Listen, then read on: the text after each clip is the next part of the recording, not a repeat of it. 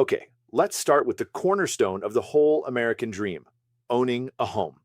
Now, according to a projection from the Legislative Analyst's Office, by September of 2025, this is the minimum annual household income you'll need just to get a mortgage on a typical mid-tier home in California. Just let that number sink in for a second. Over $220,000. And we're not talking about a mansion in Malibu here.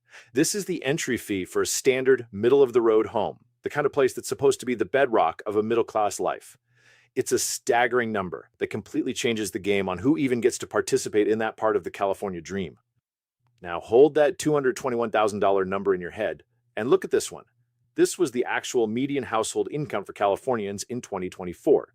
The gap here isn't just a crack in the foundation, it's a canyon. The income you need to buy a typical home is more than double what the typical household actually makes. I mean, this single comparison tells you so much of the story. It explains that constant economic anxiety that so many people feel, and it raises a really fundamental question. If the median family is completely priced out of buying the median home, then who is California even for?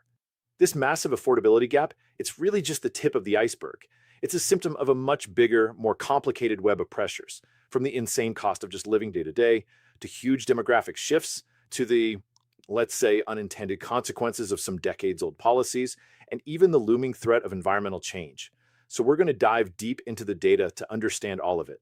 Before we jump in, don't forget to like, share, and subscribe, and check out the links in the description if you're looking for a real estate agent in your market or you need life insurance. My team and I can help you anywhere nationwide. Okay, let's get into it. All right, first things first, let's really put some numbers to this squeeze. We need to understand the true scale of the financial pressure that Californians are under. We'll start with housing, of course, but then we'll look at all the everyday things that just eat away at a paycheck, from the gas pump to the grocery store. The Legislative Analyst's Office basically confirms what we all suspect. California's housing market is just playing a completely different ballgame. And this isn't just an LA or a Bay Area problem. We're talking statewide.